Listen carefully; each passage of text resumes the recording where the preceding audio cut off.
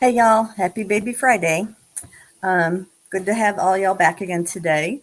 What we are going to be discussing today is an article that I posted that was written by Mr. Glenn Krauss on CDI. So we're going to be talking about CDI today. Clinical documentation improvement, as it was originally called, but a lot of places are adjusting their terminology and now calling them clinical documentation integrity departments. And so while we're waiting for Glenn, just wanted to kind of give a little bit, of discussion on CDI itself. The whole kind of concept for CDI started back in 1983 in the early 80s when Medicare, CMS, came and changed the way that they paid hospitals and went to their DRG system, where they started paying on that one whole hospital stay kind of thing based on the patient's, CC, now called CCs and MCCs, but back then they had a different name for them. MDCs, I believe they were called. When they were looking at complications and comorbidity and those kinds of things and paying that lump sum. Well, everybody then was real interested on, how to make sure the revenue didn't drop. And so they made these departments to take a look at those things. But now it's kind of morphed into being on the outpatient side too. And us in the pro fee side have CDI units and people. And even if we're not officially called that, we're doing it, in our physician practices. So that's kind of what I wanted to talk about with Glenn's article. He was addressing, is it about revenue or is it about documentation integrity? What kind of aspect? Of course, we all want to be paid correctly, but the most important thing is making sure the document tells the correct story for the patient. And we're not just pushing these things out, because we do see a lot of stuff now where Medicare is coming back on these facilities and saying, that they were creeping with their DRGs, kind of trying to increase them up with saying that things were sepsis that really weren't sepsis and all this kind of stuff. And so we need, on the pro fee side, on the physician practice side, to kind of take a look at that and make sure that, we're not doing the same things, and that, it's about the integrity of the medical record, not just about getting reimbursement. I'm a big believer in that if you document correctly and do what you're supposed to do in that record and it supports the services, the CPT coding there for the, revenue kind of all flows from that. So it all goes back to that documentation. So we want it to be correct from the outflow, not about, how do I get paid for this or that, or what do I need to put to make sure I get this paid kind of stuff. That's kind of where I wanted to kind of lean with today's discussion. So I'm just going to take a look here at some of the other people that are on. And if you have any comment or question, so far in the things that I've said, please go ahead and make a comment in there. I would appreciate it. But I see, Faith McNicholas is on. Hey, Faith, how you doing? We've got Angela. I've got a listener in from Hershey, Pennsylvania. So we're also hitting, and then Menifee, California. So we're hitting the coasts again here today. So that's great. Canton, North Carolina. I love North Carolina. It's so pretty down there. Oh, it's Allison. Hey, Allison, how you doing?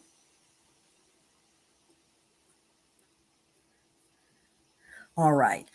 So if anybody's got any comments to make to me, please go ahead and put them in there. Also, if you have some ideas for future healthcare happenings, please let me know.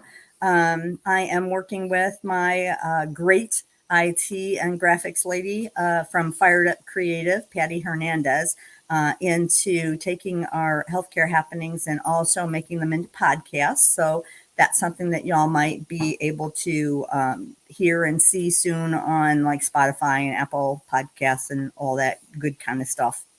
But I totally don't know how any of that stuff works. So she's got that whole thing in her lap and trying to take that on for me. Allison doing good. Oh, great. Good to hear, Allison. So, how many of y'all that are on and listening are involved in? I know, again, as I said, all of us who are in the physician practices, if you're coding, auditing, any of that kind of stuff, we're involved in the discussions with physicians about their documentation and making sure that what they document is separative of what we're billing out. But have you had discussions with your physicians on documentation improvement necessarily? The types of things that you're trying to address with them, and how that's going, or if anybody wants to give any comments or ask questions for advice from a lot of our peers that are here on site, on attending today, listening. I'm also going to put in the chat a link to Glenn's article here. And here is, hold on, let me do it this way. I'm going to put the link in the chat, and then I'm also going to put it up on the screen here for you. So there is the link to Glenn's article on ICD-10 Monitor. So what do y'all think about the documentation issue about, having those? I remember I had a discussion once with a physician where he asked me, he came in and he said he had a couple, different ways that he could document this service. And he said he was looking at CPT codes, and, he could document in a way that it could match a couple different CPT codes. And so he wanted to know which CPT code paid higher, and he would, document it that way. And my response to him was that, and this was, a decade or more ago, and I'm not saying all physicians do this and any of those kind of things, but this was a discussion I had. And what I told him was that, you document what you did as far as what that relates to in CPT. That's where I take hold of it, and, we get you paid for what you did. So it's not about trying to meet what a CPT code says. It's documenting the service you provided so you get paid properly and compliantly. That way, in the future, you're not going to have a payor that's coming back at you saying, I want this money back. Hi, Glenn. How you doing? Good afternoon, everyone. Happy Thursday to everyone. Great. So what we were doing, I put a link to your ICD-10 Monitor article up that right. I wanted to kind of discuss. So I put that in there for everybody already.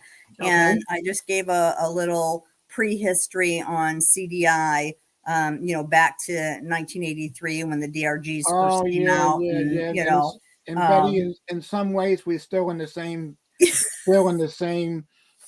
mentality of grab all you can, like a little kid in the candy store. You got 2 minutes to grab all you can, Yeah. It's just ridiculous. Yeah, exactly. And, when I see a lot of CDI programs in the outpatient, there was something came across my email. I get hundreds of them a day, because every time, Betty, you do this sometimes when you see something on LinkedIn on an article, and it references another avenue or medium, so you sign up for the email on that, and then you end up signing up for so many emails you can't keep them going, because I'm afraid I'm going to miss something, Yep. And I see a lot of outpatient CDI programs, but they're not focusing on the right thing. HCCs are important; they're critical, because what we report this year, potentially impacts us next year. What we're really worried about is we need to get paid this year for the care we provide, because hospitals, and some hospitals, including the small rural hospitals, even in private practices, there was something I saw on today's hospitals that said the Medical Group Management Association conducted a survey of its members and said the revenues or shortfalls are down. The inflation is killing them, and the rates are continuing. Look at the physician fee schedule.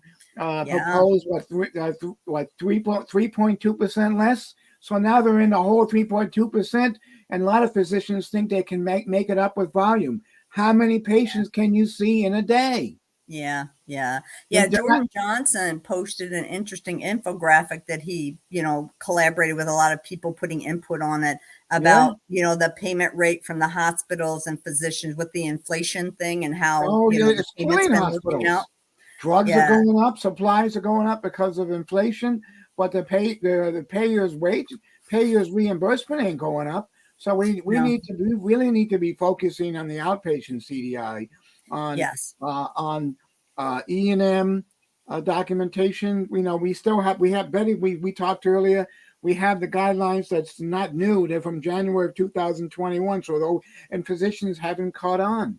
no, Betty, I don't think, and everyone, I don't think that they received the right education about the medical record as a communication tool. It's not counting bullet points.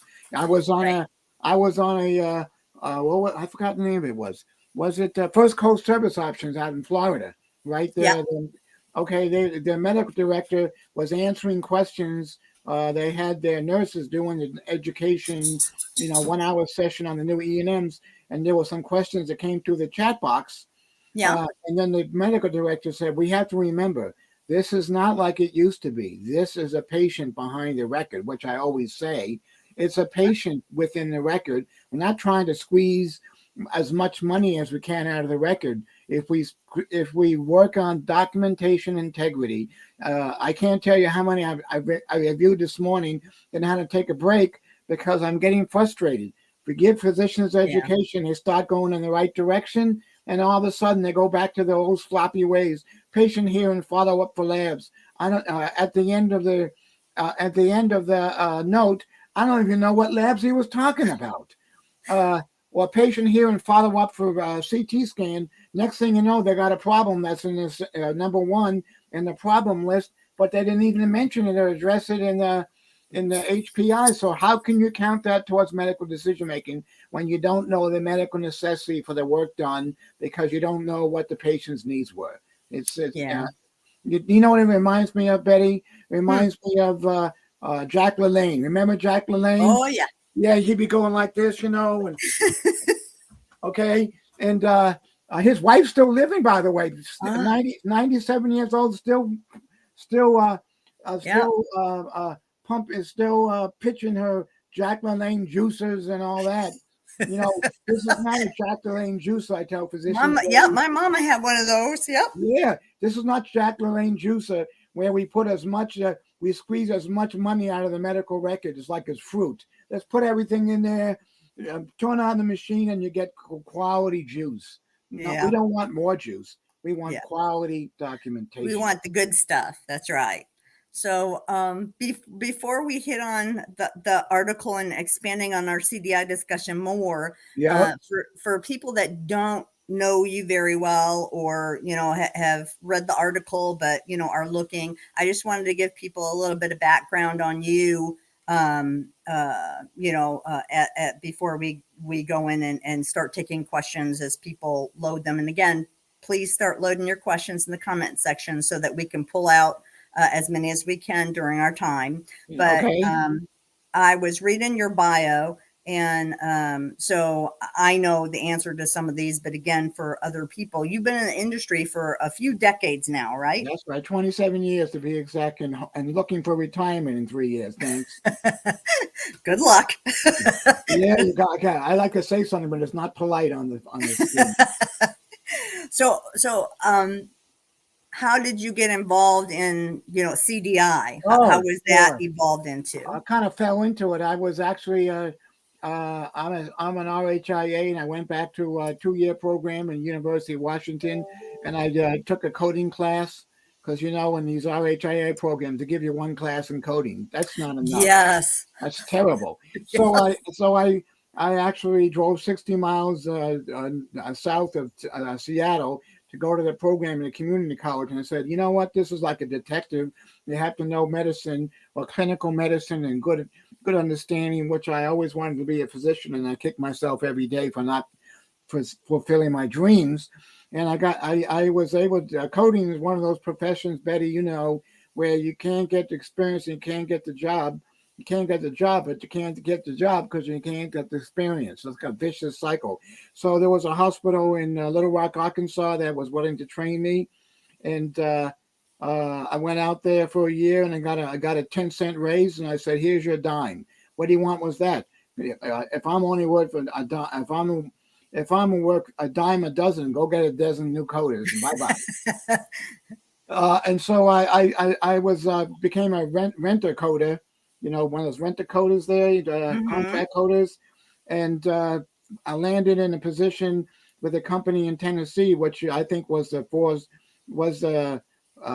think the introduction of CDI, but it wasn't called CDI, and so I worked with physicians. We would pair HIM coder with a physician, and we go out and review records and review them concurrently and talk to the physicians. And so I really enjoyed that interaction with physicians, and nurse practitioners and PAs. So I actually I continued on with that, and here I am today. And I think a case study for if you really want something, you can get something. Uh, there was no such thing as CDI boot camps when I started, because that's something that's been around since 2009 when actors started they introduced their profession, if you will, formalized it as to association, and so it really takes it takes a long, it takes a commitment to learning and just doing a lot of reading and reading of and going on the internet and looking at documentation. For instance, I found a good YouTube channel. Forgot her name. Uh, I can send you the link. And she Sure. has about 20 different YouTube videos on documentation, like what is a good history and physical, how to do a problem list, Oh, that'd uh, be great. how Yeah, to we do could. okay, how to do a problem list. What are the elements of a discharge summary? What's an elements of a progress note? And you listen to it a couple of times and it makes a lot of sense. It's called free education, but when you start looking, even if you're a coder, even if you're a coder, it's so vital because yesterday I was listening to one on problem list trying to stay awake as I'm doing my physical therapy, and it keeps me awake. And one of the things we're talking about is okay, you group symptoms with a diagnosis. You got provisional diagnosis. Don't list the symptoms. Include them with the provisional diagnosis. Like okay, likely aspiration pneumonia as evidenced by shortness of quick onset, a sudden onset of shortness of breath. Okay, now you see physicians putting in their problem list or assessment a bunch of symptoms and diagnosis at the bottom. No, put the diagnosis at the top. What brought the patient in is number one. If the critical illness should be number one. If you have symptoms like a cough associated with pneumonia, you can mention the cough and the history of present illness, but you don't need to put it in the problem list. And Right. these are the things we should be teaching our physicians, right? Yeah. Because I worked with residents about 6 months ago, did a 6-month assignment with the Delta Regional Medical Center, and that Mhm. was just the most I had to, you ever had when you get shivers going up your spine? It's like, okay, you feel so good because you're helping residents, they're asking questions, they send Yeah. me emails, can you call me on this?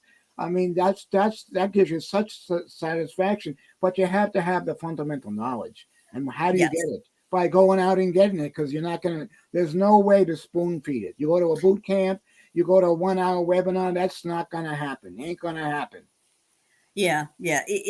And what is it like for me? When I work with physicians, I'm a CDIP with the Yep. HEMA. I Okay. got Yeah. my, Yep. Yep. so I always, when I audit and do things and work with them, I always hit and make sure that it's about their documentation and I'm That's right. showing them the connection. And Same thing, from the auditing perspective, yeah. when I do that, I hit back to, this is where the documentation needs to be, kind of meted up a little bit and Hmm. that to sustain what you're doing. So for me, I enjoy that part of it in with talking to physicians and doing the assistance like you're talking about with that little light bulb.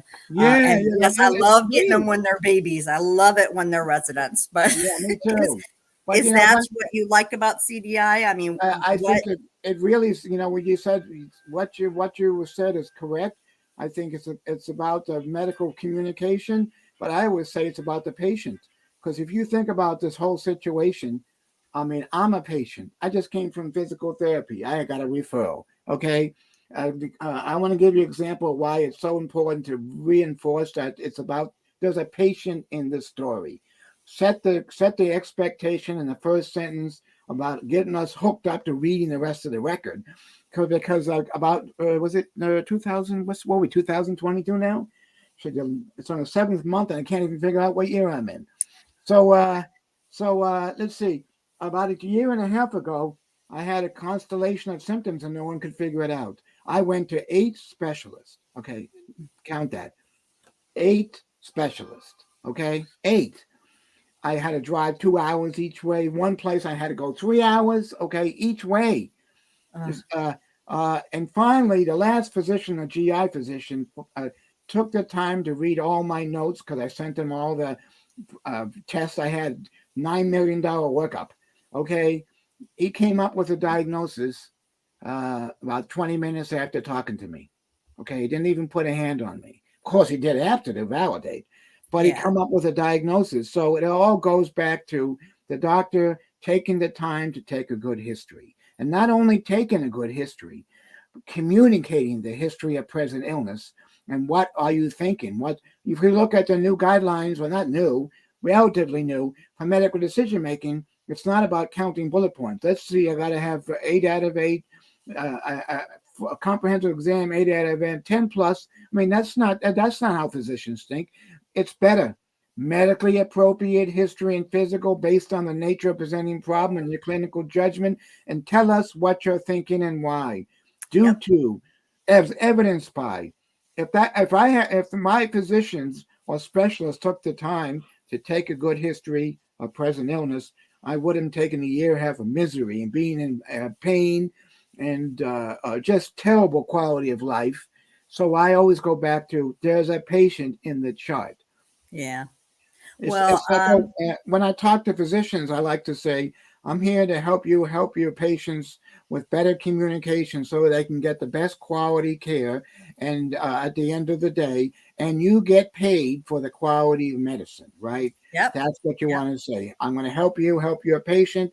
And I'm also, by virtue of that, going to help you get paid for the work performed. Not a penny more, not a penny less. Of course, I deserve a penny more, but that ain't Of going to course. happen. But I just see too many denials. I'm Yeah. downgrading. I'm downgrading too many cases of level 4s. They were Yeah. level 3s all the way, or they're Same level here. 3s, but they really should have been level 4s because it's easier to get a 4. But they're not telling us why the patient's being seen. What brought the patient in? If I don't have it, I give it a 0. I say nothing. 0. Yeah. No Yeah. good. X exclamation mark. Well, I'm going to date myself, and I know so you beat out the $6 million man there, huh? Yeah. With your It's better. $9 million. It's So, better. but I, found in looking, with different definitions for CDI, Yeah.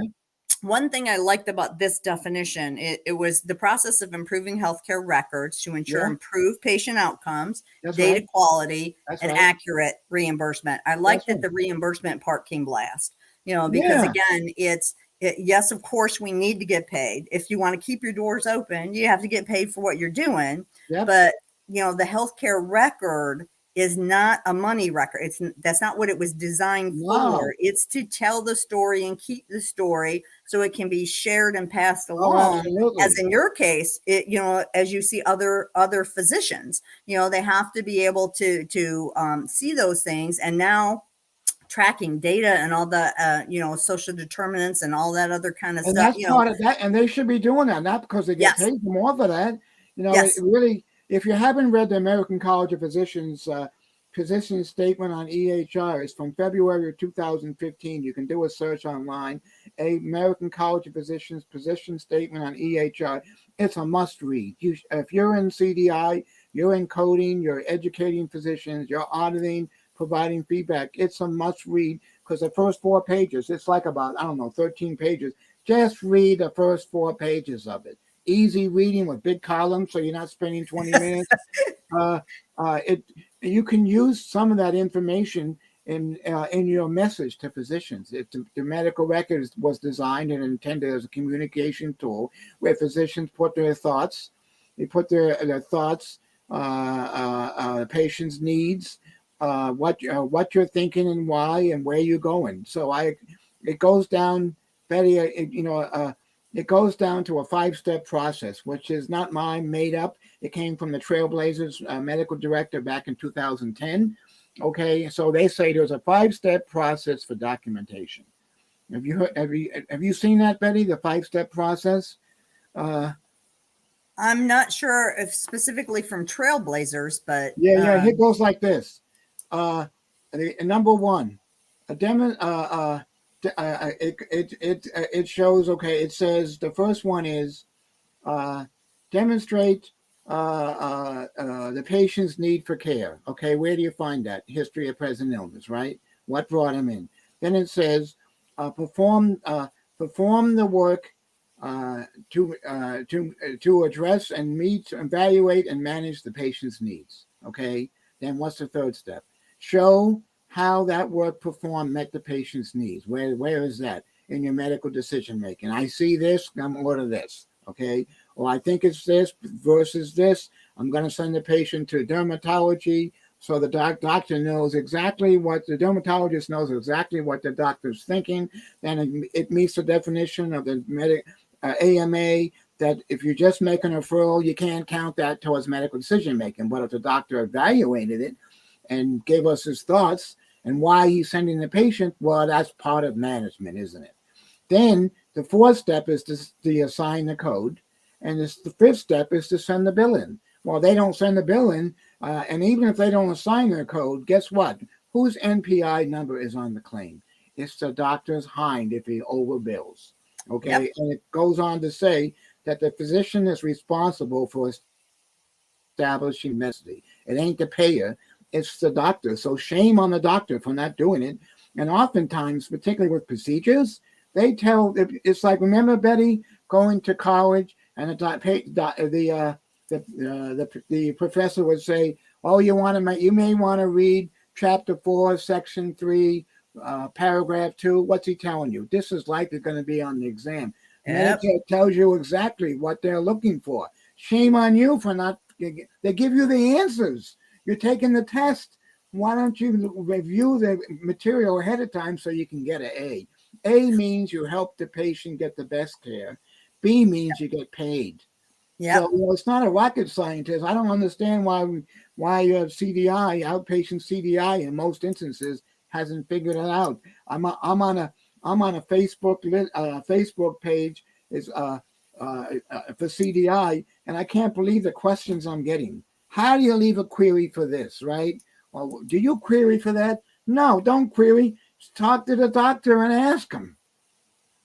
Yeah, I think that's one thing on the prophy side that in a lot of cases, I mean, there are a lot of, places where there's off-site that they're doing things, but in a lot of cases, they're right in the offices, you know. Most of it's off-site. Think about it. My brother. Yes, and so you can catch them, you know. If you're off-site, how do you do that? My brother is a cardiologist in Alaska. I think I told you. I call him up. Hey, what's up? Not much. I say, where you at? I say, you were home with your wife? Hell no. I'm still doing my paperwork. What are you doing? I mean, I say, and then he says, about 5 minutes later, he's done.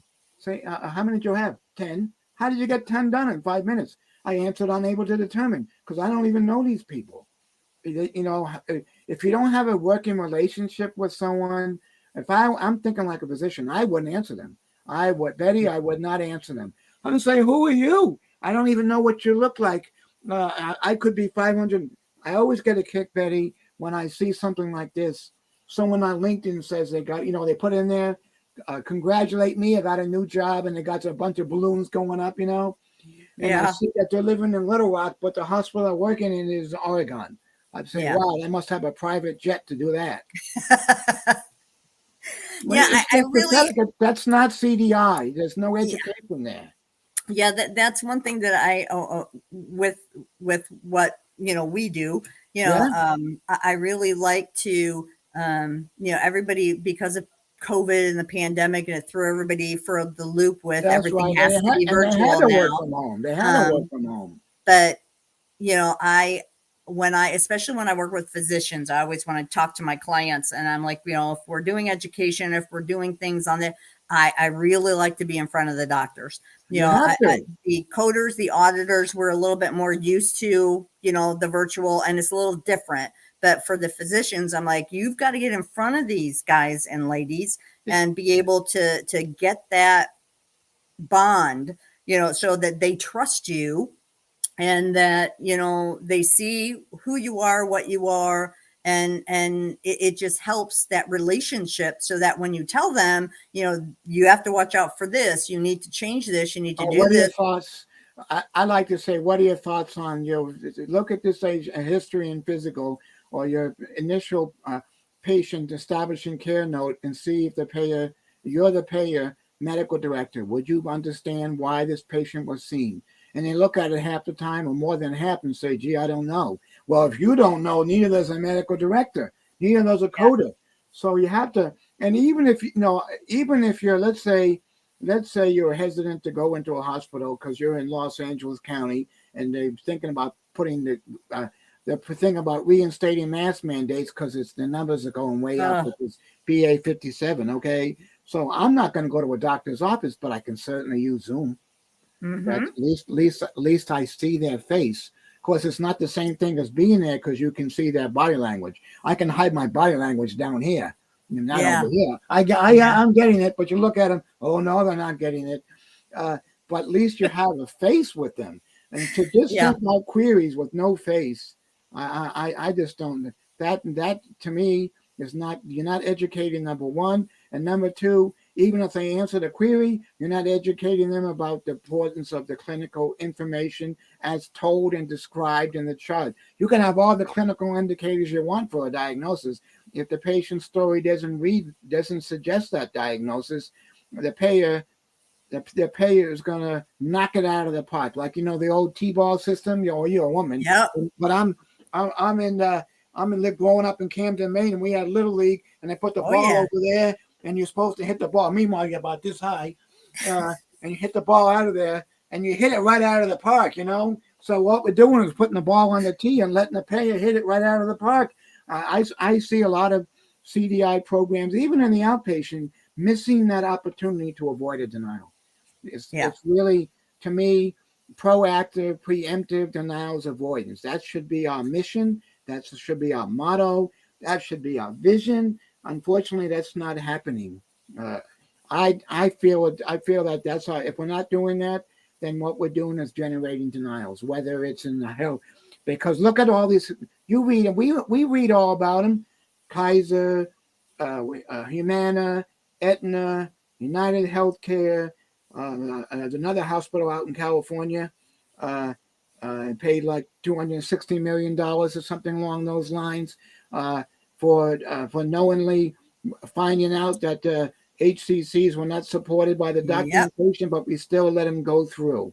Okay, well, why do you think they were not supported? Because they had poor documentation. We just throw them in there and we code them, but we don't have any clinical substance to them.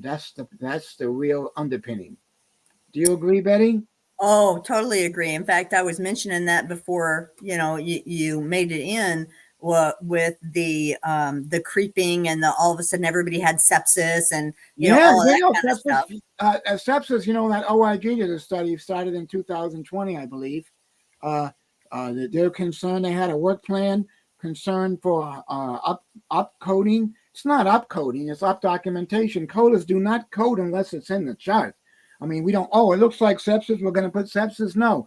And the majority, and they finally had the report come out in February of 2021. And if you haven't seen it, you need to read it. If you're in the inpatient setting, and it says that of all the DRGs that had only one major CC, sepsis accounted for 70% of them. The Yeah.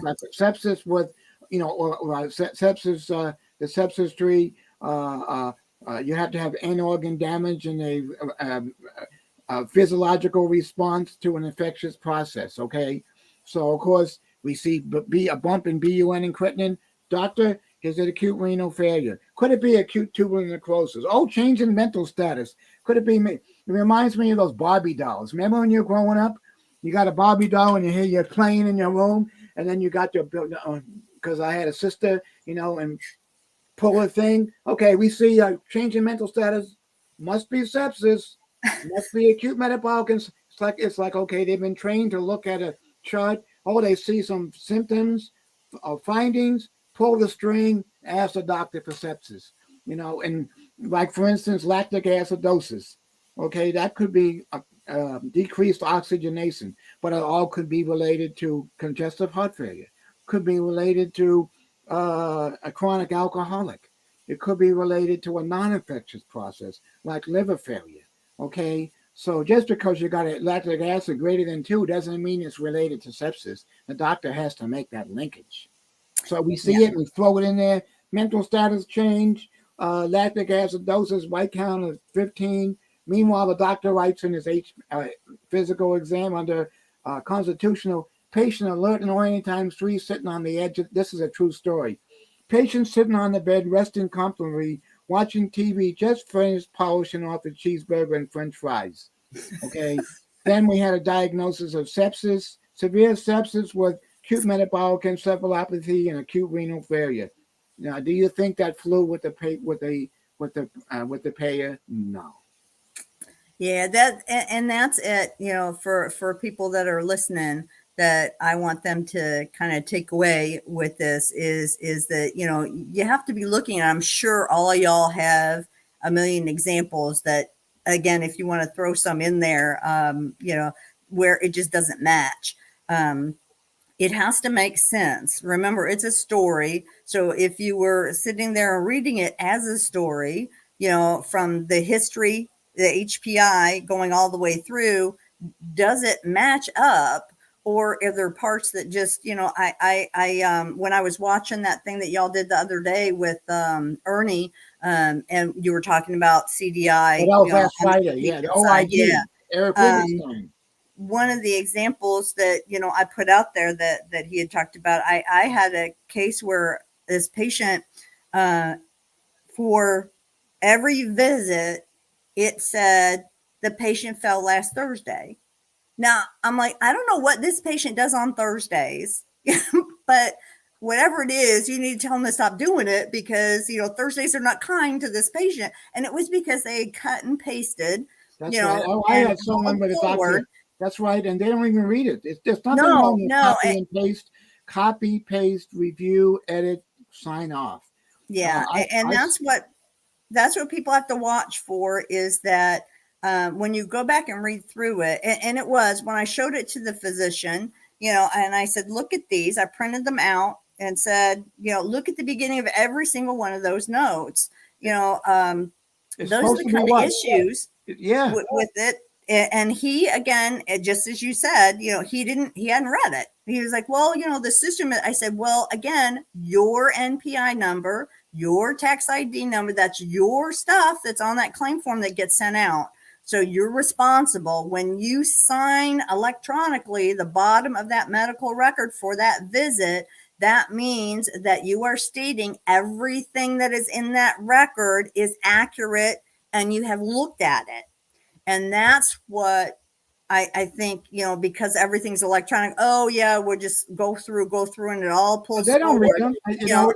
It reminds me They of don't, but we have to keep pointing out to them, they're still responsible for that. And this is what you're doing. Mm-hmm. So I think that is important to show them, is that here, when you see inconsistencies, that at least with me has worked with physicians. Again, when I meet with them, is I show them those things and I say, you know, here, look at this. This doesn't make sense, but you're attesting that this is true. Or when it says the patient is here because they have fever and chills, and then you look in the exam and it says that there's no fever. You Well, know, I had one the other day, acute having those exacerbation. conflicting That's informations, right. that's what you got to work on. Absolutely. I had one the other. Look, I'm laughing because I put my name, Rural America. I saw that. And people say, why do you put that there? I say, I'm 3 miles from the Canadian border. I walk right into Canada legally Oh, now. Thank you. I'm not a, I'm not crossing I'm not crossing the border illegally. So, you know, I had one the other day where the doctor wrote acute exacerbation of COPD exacerbation with acute on chronic systolic. The BNP wasn't elevated. The patient was not on oxygen. Respiratory rate was 16. And I'm saying, how's that going to fly for an inpatient? How's that going to fly for a level 3? 99223. That's just not going to happen. And doctors say what they pay. I saw the patient. I say, but you didn't take the time to describe the patient. And if you look at the difference between today, between a 2 and 3, you can do a comprehensive history, comprehensive exam, medical decision making, high complexity, but you could have moderate because the patient's not in severe exacerbation. That's the difference between the 2 and 3. And I say to physicians, it makes sense to write a better history of present illness, not more. We don't need more, just more effective. And he'll always say, well, what's in it for me? And I say about $100. Then what does he say? Show me what I need to write. But you shouldn't have to do that. They should be doing it for their patient. yeah, yeah. But it is always, you know, it's any person, you know, when you talk to anybody and you talk to them about, you know, payment and what they're getting out of it, it's always a little bit more incentivizing. And Yeah, I also talk about the downside. Well, what is also in it for you is not having to pay it back. oh You yeah, know, absolutely, absolutely. I don't. I tell people, you know, you can get paid for anything. You submit a claim, put a CPT code on there, put an ICD-10 code that meets medical necessity. You're going to get paid. You don't send the record with it all. So it's not about getting paid. It's about keeping what you got Well, paid. you know what I like to say So, to physicians? Just because you got paid doesn't mean you get to keep it. yep, It's a pretty simple stage. They yep, say, "What? I got paid, but I don't keep it." I say, "Yeah, you don't. You don't have the information. You know, Medicare says just because you have a diagnosis doesn't mean that you meet the standards they have. They have oftentimes in the LCD documentation requirements." Limitations of coverage. It all goes back to documentation. So you could have a covered diagnosis. Why do you think? Why do you think they have cataracts on the cataracts are on most of the racks? Recovery auditors approved reviews. And why are some of the Macs doing probe reviews on cataracts, complex cataract review? Because the documentation doesn't support the diagnosis, or the documentation requirements are not in the chart. Once again, they give you the answers to the exam. Shame on you for not looking at them. I mean, I had a physician in a hospital setting down in D.C. I saw his name. You know, he was walking through the hallway, and uh-huh, a part of my outpatient CDI or CDI was to, or even no, if this was outpatient, that's right.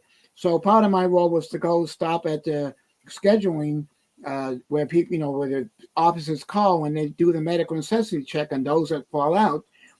They tell the scheduler from the office, hey, this may not be covered by Medicare, so please take a look at it. If we don't receive additional information, we may have to reschedule. We didn't say cancel, reschedule. So I'd pick up the list and I look at the documentation and I call the physicians to kind of guide them. I'm calling on behalf of your patient.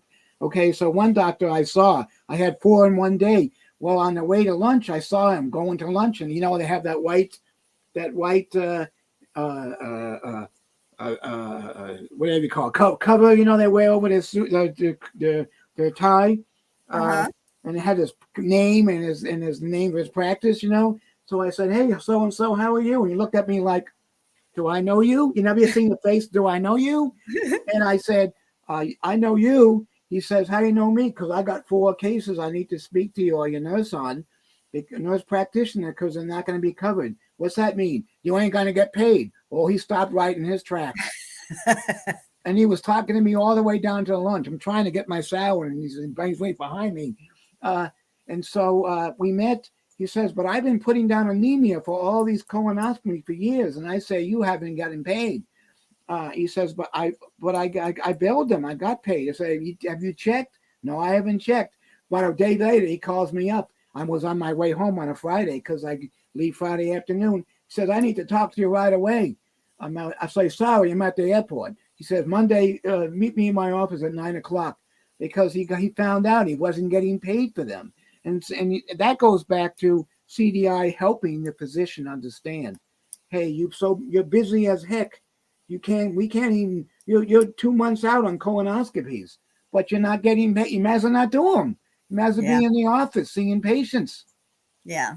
Well, and that's another thing that I like to bring up with falling under that umbrella of CDI, is that if you don't explain those things, and that's a great example. I mean, if he'd been doing them that long and he wasn't getting paid, why hadn't anybody told him that? You'd be surprised. When it started. You'd be surprised how many offices don't have good business. Exactly. You've seen it, Betty. I've seen it. Yes. They think that they're busy as heck and they don't have time. They got someone looking at their books. Yeah. They have, and that's what I mean. Or they may have a billing service that just writes that stuff off.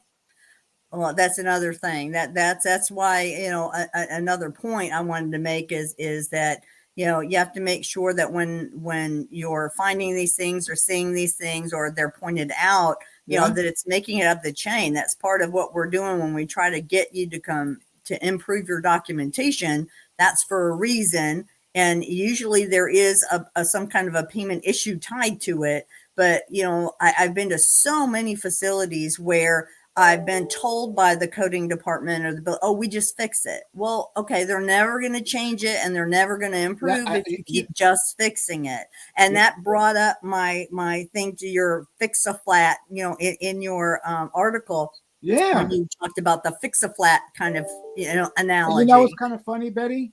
About a week later, I have a car with run flat. Run flat tires. There's no spare, so you're supposed to be able to drive on your tire for 50 miles going 40 miles an hour. Okay, but that ruins the tire. So I got home. I drove 2 miles. I got home, and I said, well, maybe I should do a fix a flat. And I remembered, no, I ain't gonna do it. So I had to end up calling the AAA to come tow me, and I crossed my fingers when I got to the garage that could fix my tire. But fix a flat is only limited. You still have to fix the problems. Yep. So yeah, CDI brings about, Marie, I just want to put this up, Glenn, to remind, she asked about that Facebook info. What is that group that you had mentioned earlier on Facebook? I'll send out. There's 3 of them. I have one of my own. Plus, there's 2 others. So, great. If it's okay, I'll send you the links and you can send them out. Right? Definitely. Same with that. The YouTube thing for the documentation. Oh yeah. Monica. Monica's her first name. Oh, she's Monica. Wonderful. Yeah, Monica. I'll send you one. I actually posted one on my LinkedIn. I had 2 LinkedIn pages. The core CDI, and the other LinkedIn page I have is Physician Documentation Improvement, a new paradigm. So I posted it on there, but I'll send you one about the problem list. It just really, I always say to myself, let me see if she had, you can subscribe to them, when they have podcasts on YouTube, and I whenever I get a ding that she has a new one, I listen to it right away because they're really good. Great. Yeah, if you could send me a listing of all those things, I'll put them out in a follow-up post too. Yeah, please. Yeah. Thank you for that question. More, including yours. Definitely want to put that out there because you have Top Gun Audit and Core CDI, so you have a couple. I have Top Gun Audit School. We just taped a CDI Gold. That we have it once a month, but the person who we invited had a sickness in her family, so we just taped it. Should be upcoming. I can send you that link when it's done, and you ought to sign up. everyone should sign up for Finally Friday. It's myfinallyfriday.com is the website, and it's free. Fridays, of course, at 1 o'clock Eastern time. I think Ernie's going to post the one about the OIG investigation, how to get yourself investigated without trying. Uh, Yeah. Yeah. that was a real good. And I It invited was Eric good. Rubenstein. Now, what is that for it again? Finallyfriday.com? Let me see, make sure I got it here. Hang on, my finally Friday.com. Yeah, myfinallyfriday.com. And don't worry if you sign up. We won't. Ernie and I will not bombard you with things every day. Buy this, buy that. Yes. That's not. We're a nonprofit. We're not trying to. We're not trying to get rich. In fact, we just barely break even. We have a membership model. You can cancel at any time, but we have about 20. I'm not advertising, but we have some really good things. We have about 28 different 1 hour webinars on different CDI topics, including medical necessity and all the good stuff. So check it out. It's topgunartistschool.com. Great. I put it in the chat so people have Wonderful. the thing there. So yeah. Now I'm not seeing. There's been a lot of comments through as we've been talking, but most of them were statements of where they're from and LOL to some of the comments we've made. So if anybody's we just have a couple minutes left. So if anybody's got a specific question, please put it in the comments, put it in the chat so we can make sure we try to adjust it. Yeah, Yes. please. And Betty, Yes. you can send out my email if people have any questions when we're done. Okay, let me. Is it your Glenn Krauss at the Core CDI? Yeah, that's right. Please, Okay. don't be. If you have any questions, I'd love to help people. Even if you have something you want to bounce off me, please. I relied on people to get where I am today, so I like to pay back. What do you call it? Pay back, pay forward. Yes. Pay it forward, pay it backwards. Yeah, I call it payback when someone doesn't do something, but doesn't do me right. Yeah. They get payback. So I guess we better call it pay it forward, not payback. Well, I put your email address on the screen, and then I also put it in the chat. Yeah, I'm sorry. I say this is great. I like these because we're not lecturing; we're kind of having fun, but we're making points at the same time. Yeah, that's why I like doing these. It's informal. You're not doing like a lecture where you're not. It's like Finally Friday. We don't lecture. We kind of have back and forth. We read people's information. Their comments. Please. Tomorrow's Finally Friday is going to be another juicy one about do ED physicians have how many facilities have allowed the ED physicians to have admitting privileges, but the Finally Friday tape from last week should be up today or tomorrow. Just look at it on LinkedIn. Yeah. And if you haven't linked in with me, go ahead and do so because I post a lot of things, as Betty knows. Yes. Someone asked me once, do I sleep? I say, not much. Yes, I know. I know in the same way people are just like, oh, I'm doing this and you're up. And then I do this and you're up. He's like, what? Yeah. Well, I think that's one of the things that all of us have is chronic insomnia. Maybe. Well, look, and Marie has a question. I need help with how should doctors document a newborn in critical care state because of weight if the doctor puts in his note that baby is on high flow need. So the question is, okay, the patient is a newborn in critical state so I would say if I was working with a physician like the OB/GYN doctor, I would say, one of the things that you really need to tell us, okay, if you said critical state, it doesn't go just by diagnosis. Please paint it. A lot of times what I see is that the newborns, they have those templates that they use. Mm-hmm. And those are awful hard to put in your thoughts in that small amount of areas of a template. So I always say to physicians, if you're not comfortable using the template, put the template, fill it out as best you can, and do a dictated note type of simple note. Patient and a newborn patient, 3 hours old, in a critical state, as evidenced by nasal high flow nasal cannula, 2 liters, and a baby weighing this. A mother had late prenatal care. So you want to kind of give us the context of that, not just it's like it's the same thing. I think Marie and everyone as I listened to a webinar that was put on by Noridian Administrative Services out on the West Coast, and it was like an update. Or I think they're doing audits, obviously, as part of Targeted Probe and Educate, and they wanted to give some feedback. So they were saying one of the things that the Noridian is seeing is the doctors will say diabetes uncontrolled, because that's what the coders taught them. Is it one chronic condition?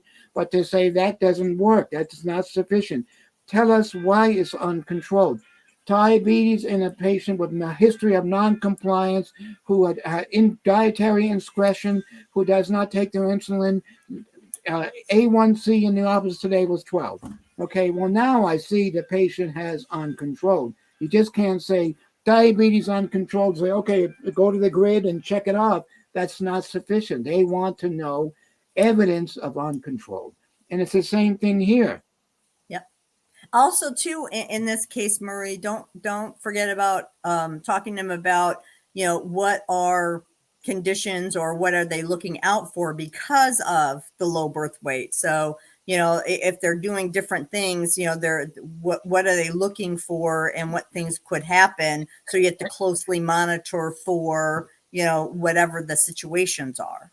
Right. And I look at it this, Betty, tell us what you're doing and why and where you're going and what you're going to do when you get there. So I would say describe the patient that's in a critical state. Give us, and you know what I learned from Monica there in one of her, Osmosis is another one. Osmosis.org is another site to sign up for. He has about 10 or 12. I think it costs like $30 a year. Okay, but you can look at his 12 or 13 free ones. And he had one about a progress note.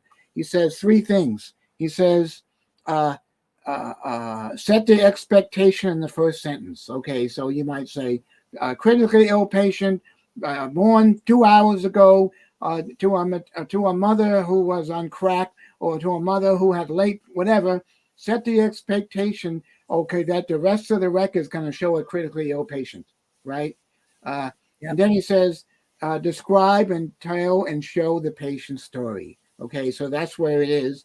That's the way I would like the doctor to document, to show, hey, then if you look at the doctor's E&M and the rest of the note, okay, so we showed we showed clearly the need for medical care.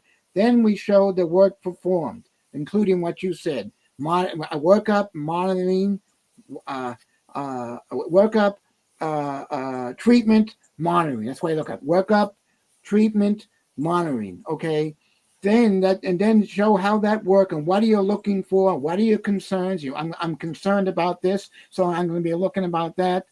That's what I call a decent note, right? Yep.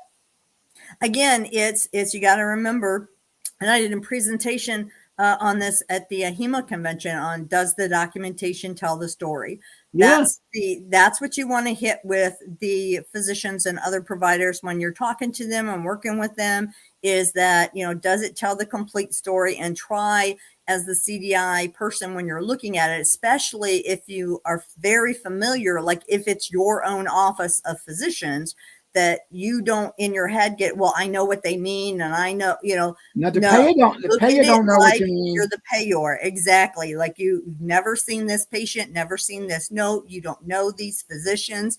Does it tell the story? Yeah. And that's what CDI is supposed to help with doing. It's supposed to. And I like to say supposed to. That's not what we're doing. That's the goal. Dr. Martin had a good one. We're bobbing for eggs. Yeah. We're bobbing for balls in the water. Well, I once put on LinkedIn, but I decided I better not put it. It had a picture of I think Ernie. I think I did post it. It was a young kid, a boy and a girl. They were out looking for Easter eggs under a rock. That's kind of what CDI is doing. Not all, but the majority. And there's even software that says, they advertise it like this. I know we're just a little bit over. It goes like this. Last thing, it goes like this. The tagline is, "Are you looking? 60% of the records reviewed don't find a CC or MCC. Buy this software, but I'm not saying it this way. Buy our software, and we will prioritize records. The most opportunity for improvement." Yeah, most opportunity for a diagnosis that you query for and you get denied because the patient's story is not there. It just makes no sense to me. No sense at all. Yeah. Yeah. Well, I appreciate your time. This is Thank you, Betty. This has been a lot of fun. Subject. I'm glad you enjoyed it, and thanks everybody for listening in today. And I put Glenn's information in the comments, and I also put some of the other places he was talking about in the comments. So and I'll send it to you, Betty. As soon as Glenn sends me that other information, I'll post it out on LinkedIn and on Facebook, because this is going out on Facebook also. You have it on both, Betty? LinkedIn? Oh, I'm gonna help publicize it. I put it out there. Oh, great. 12,000 people.